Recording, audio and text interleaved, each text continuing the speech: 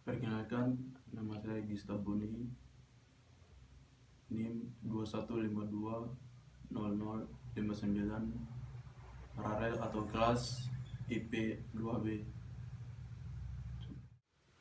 Assalamualaikum warahmatullahi wabarakatuh. Selamat pagi, salam sejahtera untuk kita semua. Puji syukur kepada Sang Pencipta karena Ia masih memberikan kita kesempatan bertemu dengan manusia-manusia di sekitar kita, karena Ia memberikan panca indera sehingga kita dapat bertatap muka di tempat ini. Yang saya hormati Bapak Ibu dan para hadirin yang sudah berkenan hadir di tempat ini.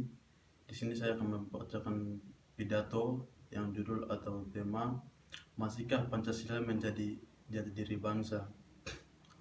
Korbankanlah dalam dada semangat jiwa Pancasila. Hidup tidak mungkin tanpa pengunjungan, tanpa pengorbanan mulia adanya. Saya tidak perlu dari sumber terpercaya atau diri penting petinggi negara kalimat mutiara yang dapat memberikan kita semangat untuk bagaimana Pancasila itu. Lirik tersebut sudah memberikan gambaran kepada kita bagaimana seharusnya kita menemani Pancasila.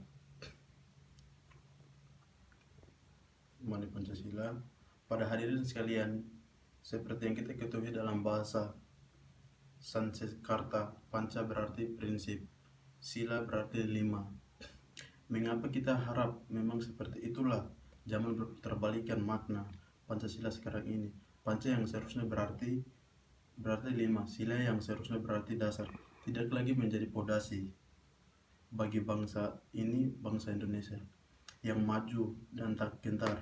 Pancasila yang seharusnya merupakan rumusan dan pedoman kehidupan bangsa dan bernegara bagi seluruh rakyat Indonesia, ternyata hanya menjadi sebuah aksesoris yang melengkapi susunan acara pada upacara bendera hari Senin. Pancasila yang seharusnya menjadi jati diri kita ternyata oleh zaman menjadi fosil yang timbul di dinding-dinding kelas. Pada hadirin sekalian, jika mengukit sejarah terciptanya 5 dasar, kita semua di sini tanpa terkecil pasti sudah tahu yang manakah Pancasila, apa itu tujuan bentuknya, bahkan hafal betul isi Pancasila itu sendiri, yaitu 1. Ketuhanan yang Maha Esa, 2. Kemanusiaan yang adil dan beradab, 3. Persatuan Indonesia, 4. Kerakyatan yang dipimpin oleh hikmat kebijaksanaan dalam permusyawaratan perwakilan, 5. Keadilan sosial bagi seluruh rakyat Indonesia. Ini bukan soal hal hafalan kita sebagai bangsa Indonesia, bukan soal kebiasaan membaca Pancasila saat upacara bendera. Dilangsungkan, apakah kita sudah mengamalkan Pancasila dalam hidup kita? Sudah tahu, bahkan kita pernah berpikir bahwa Pancasila itu perlu diamalkan. Semua kita untuk memikirkan saja ini belum ada. Kenapa kita mengkhianati Pancasila? Tapi lebih menyedihkan lagi, lebih menyakitkan lagi, mereka yang tidak hafal dengan Pancasila, bahkan pejabat negara yang belum hafal Pancasila. Apa ini tidak mengenalikan? Apa ini tidak aneh? Berapa hari lalu saya mendapatkan bacaan lewat internet berita-berita begini, pejabat yang belum hafal Pancasila, contohnya Bupati Lanijaya, Gubernur Papua, dan beberapa calon legislatif Kabupaten Puncak Jaya dan calon hakim Mahkamah Konstitusi. Apa maksud semua itu? Bahkan di salah satu kota, yaitu di kota Jawa, sekitar 70% pelajar SD, SMP maupun SMA belum menghafal Pancasila. Apakah itu perlu ditindas dulu? Apakah perlu diberi sanksi jika tidak menghafal Pancasila? Jati diri, kemana jati diri bangsa kita sekarang ini? Saudara-saudara sekalian yang saya cintai, apakah kalian ingat pertama kali pisah dengan orang tua kalian masing-masing? Apakah kalian masih ingat terakhir kali nonton film di bioskop dengan judul KKN Desa Penari?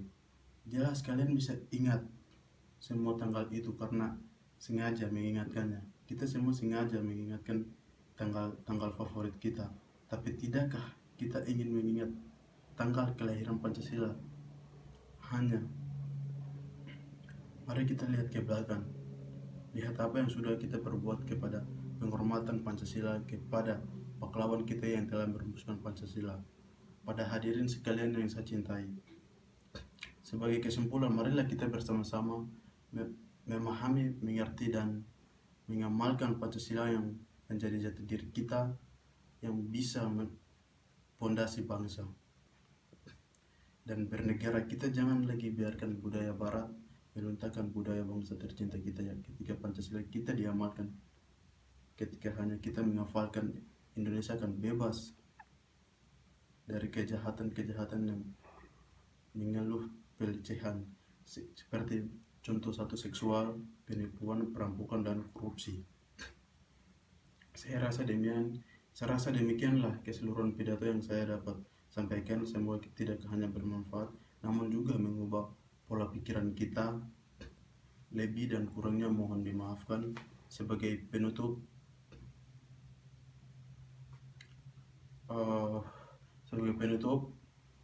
peribahasa dari sang proklamator kita, Dr. Soekarno, yang berbunyi, "Perjuanganku lebih mudah karena mengusir penjajah. Perjuanganmu akan lebih sulit karena melawan bangsamu sendiri." Assalamualaikum warahmatullahi wabarakatuh. Salam dan selamat pagi untuk kita semua.